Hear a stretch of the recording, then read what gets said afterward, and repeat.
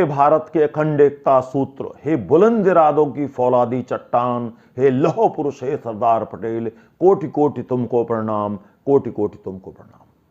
नमस्कार, स्वागत है आपका संप्रेषण विद एसएस में। मैं हूं डॉक्टर एसएस त्रिपाठी।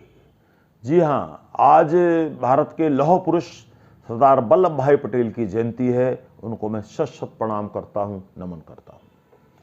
भारत के महान सपूत, भारत रत्न, करोड़ों हिंदुस्तानियों के हृदय सम्राट, कुशल राजनीतिज्ञ सरदार पटेल जी के बारे में आज हम बात करने वाले हैं। वही सरदार पटेल जिन्हें आज भी किसी राष्ट्रीय समस्या के आने पर याद किया जाता है कि अगर पटेल साहब होते तो इसका समाधान ऐसे करते, ये समाधान चुटकियों में हो जाता।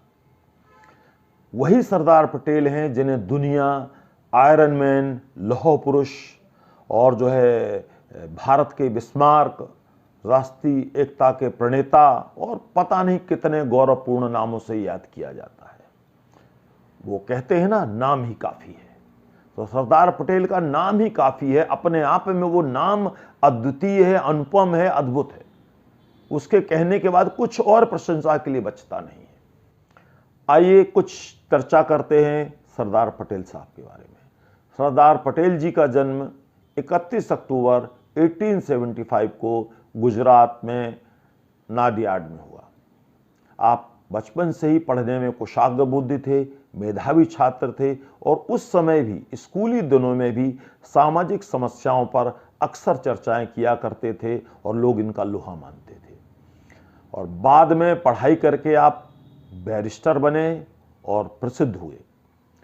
उसके बाद 1917 में जब गांधी जी ने भारत की आज़ादी का स्वाधीनता संग्राम शुरू किया गांधी जी ने, तो गांधी जी से प्रेरित होकर सरदार पटेल साहब गांधी जी के साथ आंदोलन में कूद पड़े। और सरदार पटेल ही वो व्यक्ति थे जिन्होंने पूर्ण स्वराज्य की मांग को समर्थन देकर भारत के कोने कोने तक पहुंचाया, उसे एक आंदोलन का रूप दिया। और सरदार पटेल साहब ने ही गुजरात से नारा बुलंद किया था कि छुआछूत, जातिवाद, नशा यह सब समाज के लिए अभिशाप है। और बाद में जाकर यह मुहिम पूरे देश में फैली, सबका ध्यान इसकी ओर खींचा। असहयोग आंदोलन में पटेल साहब जो एक की पर्सन की भूमिका में थे, जिन्होंने पूरे असहयोग आंदोलन में एक महत्वपूर्ण भूमिका अदा की। इसके पश्चात पटेल साहब ने राष्ट्रीय कांग्रेस का नेतृत्व किया, अनेक जिम्मेवारियां संभाली।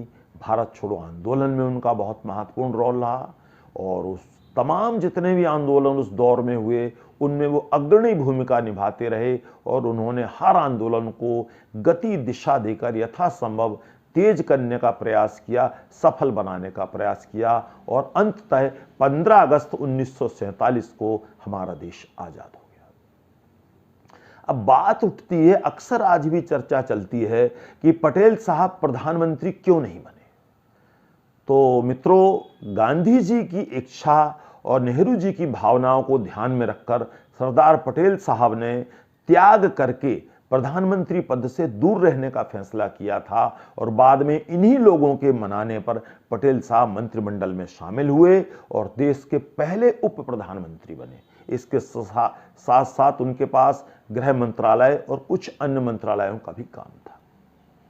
और जो है इसी दौर में जब भारत आजाद हुआ तो भारत का संविधान निर्माण का कार्य चल रहा था, तो सरदार पटेल साहब ने बाबा साहब भीमराव अम्बेडकर जी को एक अद्वितीय सहयोग दिया, उल्लेखनीय योगदान दिया, जिससे कि भारत की एकता, अखंडता अक्षुण्ण रहे और किसी भी भारतवासी के साथ अन्याय ना हो सके, सबको बराबरी का दर्जा मिले। इन सब चीज़ों को दृष्टिगत रखकर उन्होंने बाबा साहब को अनेक सुझाव दिए जिन्हें संविधान में आज भी देखा जा सकता है।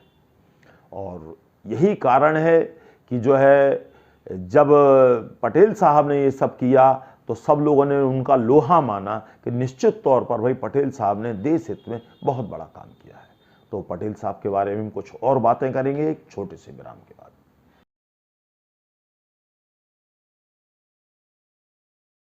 एक बार फिर से आपका स्वागत है संप्रेषण विद एसएस में।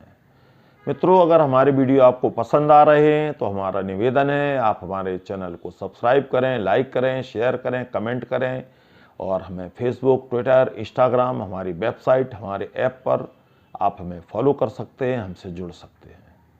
हम आपके लिए ऐसे ही बढ़िया, अच्छे, उपयोगी कंटेंट लेकर लगातार आने वाले हैं। तो मित्रों, हम बात कर रहे थे पटेल साहब के कार्य क्षमता, दक्षता की। तो पटेल साहब के सामने असली चुनौती जब उभर कर आई, जब भारत आज़ाद हो गया, लेकिन अभी भारत एक और अखंड नहीं था। वो 562 छोटी बड़ी रियासतों में बटा हुआ था। तो सबने मिलकर पटेल साहब को यह जिम्मेवारी सौंपी कि आप इनको भारत में विलय कराइए। तो पटेल साहब ने अपनी सूझबूझ, समझदारी, कूटनीति और कहीं अगर ज़रूरत पड़ी तो थोड़ा बहुत बल प्रयोग करके उन 562 रियासतों का भारत में विलय करवा दिया। थोड़ी परेशानी उन्हें हुई हैदराबाद और एक दो रियासतों में, जहां थोड़ा सा विरोध हुआ, तो वहां उन्होंने ऑपरेशन पोलो अपनाकर सेना भेजी और वहां भी बिना कुछ ज़्यादा नुकसान हुए आसानी से वो हमारे भारत में विलय हो गया। और इस प्रकार से उनका एकता और अखंडता का जो उनका कार्य था, जो भारत को एकीकृत करने का जो उन्हें जिम्मेवारी सौंपी गई थी, उन्होंने स्वप्न साकार किया। महात्मा गांधी जी ने स्वयं लिखा था कि यह कार्य सिर्फ और सिर्फ पटेल ही कर सकते थे और कोई नहीं कर सकता था। पटेल साहब के बहुत सारे भारत को लेकर सपने थे, बहुत सारे संकल्प थे, बहुत सारा काम उन्हें करना बाकी था, लेकिन दुर्भाग्यवश 15 दिसंबर 1950 को पटेल साहब का मुंबई में निधन हो गया और इस प्रकार भारत का महान सपूत हमें अचानक छोड़कर परलोक को चला गया। लेकिन आज भी पटेल जी को जब भी कोई राष्ट्रीय समस्या आती है तो हम लोग याद करते हैं कि अगर पटेल जी होते तो शायद ये समस्या आती ही नहीं, और अगर पटेल जी होते तो इसका समाधान इस तरह से कर देते, ऐसे वो जो किसी तरह सामंजस्य बिठा के इसका हल निकाल लेते। तो यह अपने आप में स्वयं सिद्ध प्रमाण है कि पटेल साहब कितने दूरदर्शी, कितने दक्ष और कितने जो है उद्यमी और अपने आप में कितने सफल व्यक्ति थे, जो हर प्रकार के की स्थिति में सामंजस्य बिठाना जानते थे। 1991 में उन्हें मरणोपरांत भारत रत्न दिया गया। यद्यपि थोड़ा देर से था, लेकिन देर से ही सही पटेल साहब को सम्मान मिला। और देश के सच्चे सपूत, महान स्वतंत्रता सेनानी, भारत रत्न सरदार पटेल साहब को सच्ची श्रद्धांजलि मिली स्टैचू ऑफ यूनिटी का निर्माण करके। स्टैचू ऑफ यूनिटी गुजरात के नर्मदा जिले में केवाड़िया नामक स्थान पर है। यह नर्मदा नदी के ऊपर बने सरदार सरोवर बांध के तट पर स्थित है। इसकी ऊंचाई 182 मीटर, लगभग 597 फीट है और यह दुनिया की अब तक सबसे ऊंची इमारत या सबसे ऊंची मूर्ति है। इस मूर्ति का अनावरण देश के यशस्वी प्रधानमंत्री आदरणीय नरेंद्र मोदी जी ने जो है 31 अक्टूबर 2018 को किया और देश को इसे समर्पित किया। और यह इस देश के सबूत के लिए सच्ची श्रद्धांजलि थी। और इस मूर्ति के लिए देश भर के किसानों से कृषि यंत्रों का लोहा मांगा गया और देश के करोड़ों किसानों ने सरदार पटेल में श्रद्धा व्यक्त करते हुए जो है लोहा दिया और उस सब लोहे को मिलाकर इस्पात, कंक्रीट और कुछ कांस्य लेपन से इस मूर्ति का निर्माण किया गया। और इस मूर्ति के शिल्पकार रहे श्री राम सुतार जी। राम सुतार जी की परिकल्पना और जो है संरचना थी जो इतनी भव्य मूर्ति ने आकार लिया। यह भव्य मूर्ति इस प्रकार बनाई गई है कि यह बड़े से बड़े भूकंप, तूफान, चक्रवात, प्राकृतिक आपदा को झेल सकती है और हजारों वर्ष तक सुरक्षित खड़ी रह सकती है। और इस मूर्ति को देखने वालों का जो अपना विचार है, उन्होंने कहा कि इस मूर्ति को देखते ही यह सजीव प्रतीत होती है। लगता है कि पटेल जैसा आत्मविश्वास का अडिग व्यक्ति सामने खड़ा हुआ है, जीवंत। उनके चेहरे की मुस्कान बताती है कि वो भारत की खुशहाली से खुश हैं, संतोष है उनमें। और उनका गौरव से तना सिर बताता है कि वो भारत की एकता अखंडता को लेकर निश्चिंत है। धोती कुर्ता, कंधे पर पड़ा हुआ शाल, पैरों में चप्पल, उनकी दृढ़ उन्नति भरी चाल भारत की खुशहाली की ओर बढ़ते कदमों का संकेत देती है। इसे देखने हजारों लोग रोज आते हैं और अब यह एक रमणीक पर्यटन स्थल बन चुका है। यह सिर्फ सोमवार को बंद रहता है, बाकी हफ्ते में 6 दिन खुला रहता है।